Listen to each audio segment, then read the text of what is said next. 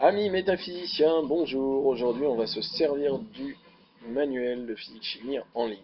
Donc, à quoi ça sert? Ça sert tout simplement à progresser en physique-chimie ou à apprendre des choses dans le niveau que tu veux. Donc, on a cinquième, quatrième, troisième, seconde. Imaginons qu'on soit en seconde et qu'on veuille en savoir plus sur l'atome.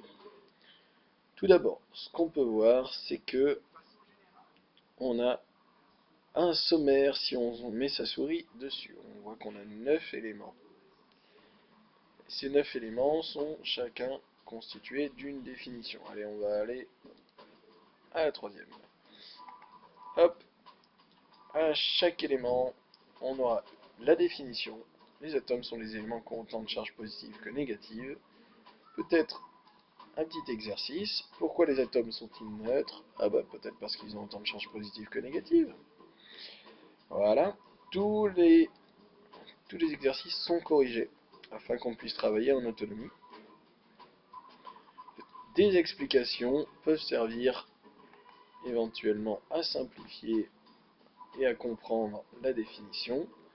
Il y a aussi, bien sûr, des images qu'on peut agrandir en cliquant dessus et diminuer en cliquant de même dessus. Si on voit ce petit symbole là, la flèche là, ça veut dire qu'on a une animation qui est contenue dans l'exercice. Il y a aussi parfois applications, c'est des applications, c'est-à-dire des exercices un petit peu plus durs et aller plus loin, des exercices encore plus durs. Des fois, ils sont associés à des explications s'il y a besoin.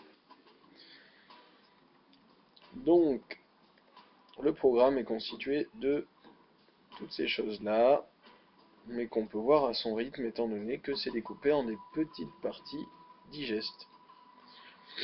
Si on a terminé, et qu'on se sent prêt pour le contrôle, qu'on a fait en assez peu de temps,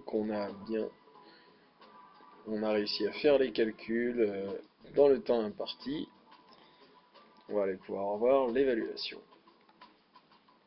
Hop, c'est parti pour l'évaluation.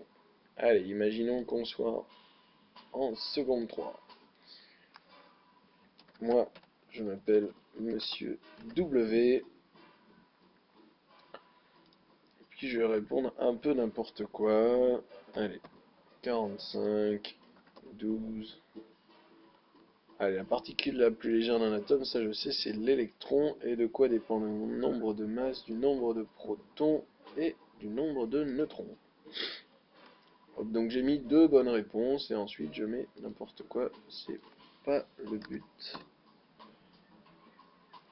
Hop, et une fois qu'on est content de ces résultats, on envoie. C'était juste un petit exemple. Merci de ta réponse, la correction peut mettre 5 minutes à apparaître. Retrouve-la sur ce lien-là. Allez, c'est parti, on y va. Qu'est-ce qu'on peut voir? C'est que sur cette page, on a les secondes 3. Hop là, les secondes 3. Et dans les secondes 3, il y a Monsieur W. C'est parfait, on y va. Bon, je me suis planté aux deux premières. On le voit par la croix là. Combien d'électrons possède un atome de chlore? Pas 45 mais 17. Et à chaque fois, j'ai une petite aide qui me dit pourquoi je me suis trompé et comment m'améliorer. Par contre, les deux où j'ai essayé de répondre correctement, là j'ai eu juste. J'ai un petit récapitulatif qui se trouve en bas et qui me sert à voir à peu près qu'est-ce qui est juste, qu'est-ce qui est faux, quelles sont les connaissances maîtrisées ou pas et quels sont les niveaux maîtrisés ou pas. On pouvait, si j'avais répondu au lieu de mettre Monsieur W, mais un code à chaque fois, si j'avais par exemple répondu sous le code dièse 2K2 ou alors un code qui m'a été attribué au début de l'année, ah, j'aurais pu voir les résultats sur toute l'année. On va voir. Eh oui, ça a marché. Donc, quand j'ai répondu sous cet identifiant, j'ai eu tout juste. Et j'ai aussi accès à les différentes parties où je me suis évalué pendant l'année. vision, spectre, etc. Et je peux voir les différentes connaissances et ce qui me reste à bosser. Ah, par exemple, il faudrait peut-être que je rebosse quand la lumière passe à travers un gaz, certaines longueurs d'onde sont absorbées. Apparemment, c'est quelque chose que je ne connais pas. Je peux voir aussi celles que je connais, bien sûr. Il y a un code couleur et puis on peut voir les pourcentages. Ok. On va revenir à métaphysique, par exemple la partie masse et volume. Imaginons que j'ai un calcul à faire. Eh bien, j'ai une calculette qui est à dispo, au cas où j'ai oublié la mienne. On peut aussi écrire au webmaster, hein, bien sûr, c'est-à-dire moi. Et puis on peut lui proposer du contenu en disant, bah, tiens, il y a une faute ici, ou alors lui dire, bah, tiens, il manque quelque chose, j'ai pas bien tout compris, si vous pouviez réexpliquer ça.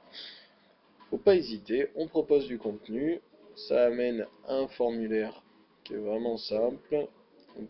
On a juste à indiquer son mail et ce qu'on a à dire. Faire une petite addition, histoire que je me fasse pas contaminer par les robots. Allez, bon courage, et si tu as besoin de plus d'explications, n'hésite pas à me contacter grâce à la petite enveloppe. Au plaisir!